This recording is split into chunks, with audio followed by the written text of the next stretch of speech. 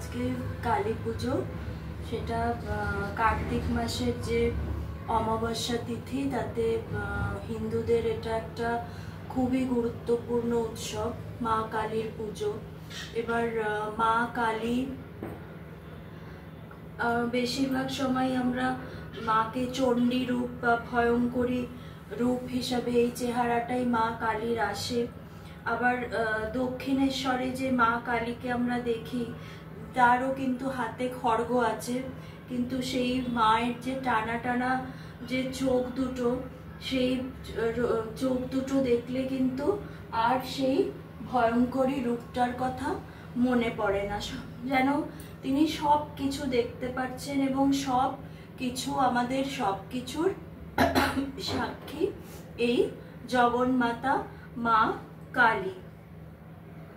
এবার এই মা কালীতে, চণ্ডীতে বারবারই মহামায়া মা কালী এবং যে মহাশক্তির তার স্তুতি করা হয়েছে। এবং এই যে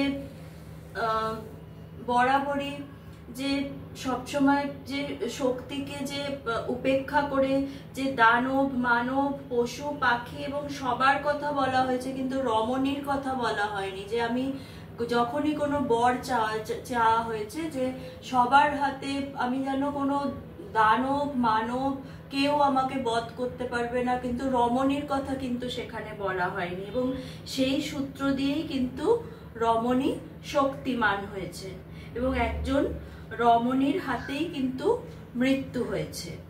এবার এই যে কালী, মহাকালী, তাকে যে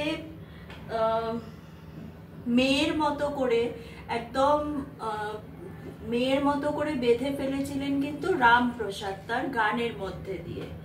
আবার তার সব থেকে বড় মানে আমরা কালীর কথা বলতেই এখানে আমরা সব থেকে প্রথমেই আমাদের নাম আসে যার, সেটা তিনি হলেন রামকৃষ্ণ পরমহংসদেব। এবার এই যে রামকৃষ্ণ পরমহংসদেব, এই যে তিনি পরমহংস হয়েছেন, এই নাম যে তার হয়েছিল সেটা কিন্তু তোতাপুরীর কাছে দীক্ষা নিয়ে।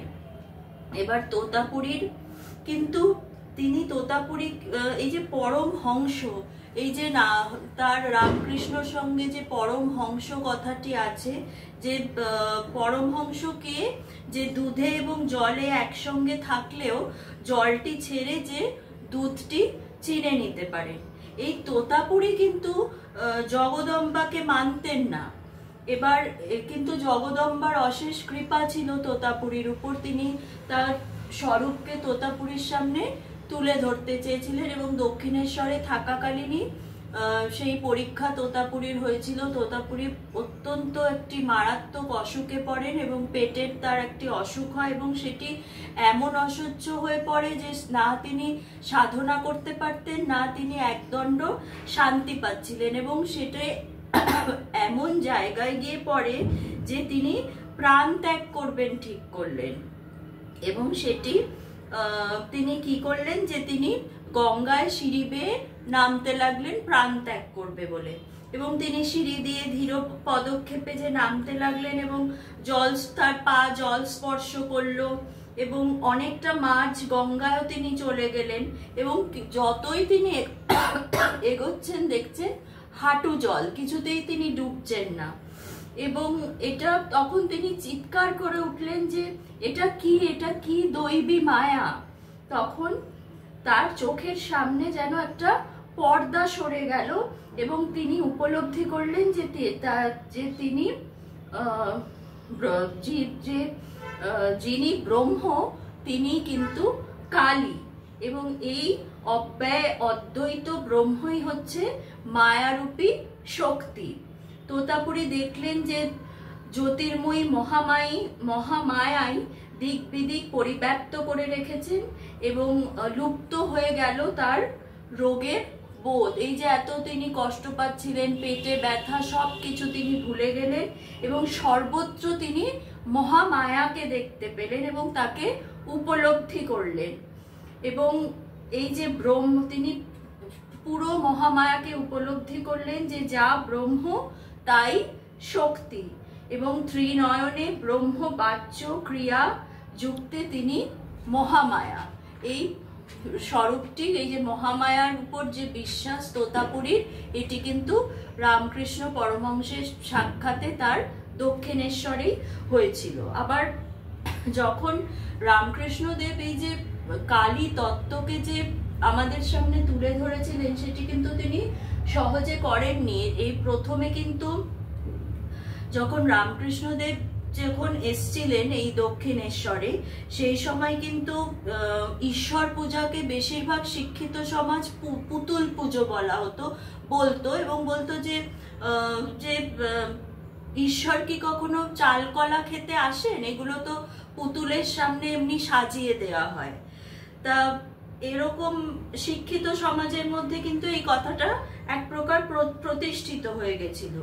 ঠিক এই সময় কিন্তু এই যে গ্রাম্য নিরক্ষর ব্রাহ্মণ রামকৃষ্ণদেব তার অপূর্ব যুক্তি এবং গভীর প্রজ্ঞা দিয়ে বুঝিয়ে দিয়েছিলেন যে একটি সাপ যদি কুণ্ডলী পাকিয়ে নিষ্ক্রিয় হয়ে শুয়ে থাকেন তাহলেও সেটি সাপ, আবার যদি সেটা এঁকে বেঁকে চলতে থাকে তাহলেও সেটা সাপ।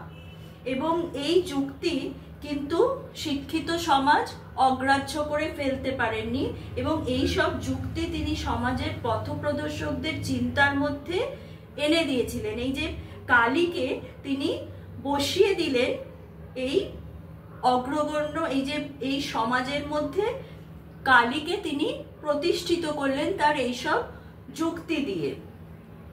যে যে ব্রহ্মকে তারা বিশ্বাস করেন তার সঙ্গে কিন্তু পরমা শক্তির কোনো বিরোধ নেই। এবং কেশব সেন, অশ্বিনী কুমার দত্ত, বঙ্কিমচন্দ্র, বিদ্যাসাগর মশাই, মহেন্দ্রলাল সরকার, এরা কিন্তু সবাই তার কথার মাহাত্ম্য এবং গুরুত্ব বুঝতে পেরেছিলেন। এবং এই যে মহাশূন্যের এই যে অনন্তের প্রতীক এই কালো বা নীল রং, তার মধ্যে কিন্তু তারা কালীর রূপ এবং কালীকে দর্শন করেছিলেন এবং কালীকে পুরো সমাজের মধ্যে, এই যে কালী তত্ত্বকে তিনি পুরো শিক্ষিত সমাজের মধ্যে ছড়িয়ে দিয়েছিলেন। এবং সেটি পরে বিবেকানন্দ তার কথায় বলেছিলেন শেষে যে এই কালীকে তিনি রামকৃষ্ণদেবের মধ্যে দিয়েই চিনেছিলেন এবং রামকৃষ্ণদেব কালীকে বিবেকানন্দকে চিনতে সাহায্য করেছিলেন, এই জগন্মাতা কালীকে। তা এই শিক্ষিত সমাজে কিন্তু এই যে ব্রহ্ম এবং শক্তি যে একই, সেইটা চিনিয়েছিলেন আমাদের রামকৃষ্ণ পরমহংসদেব।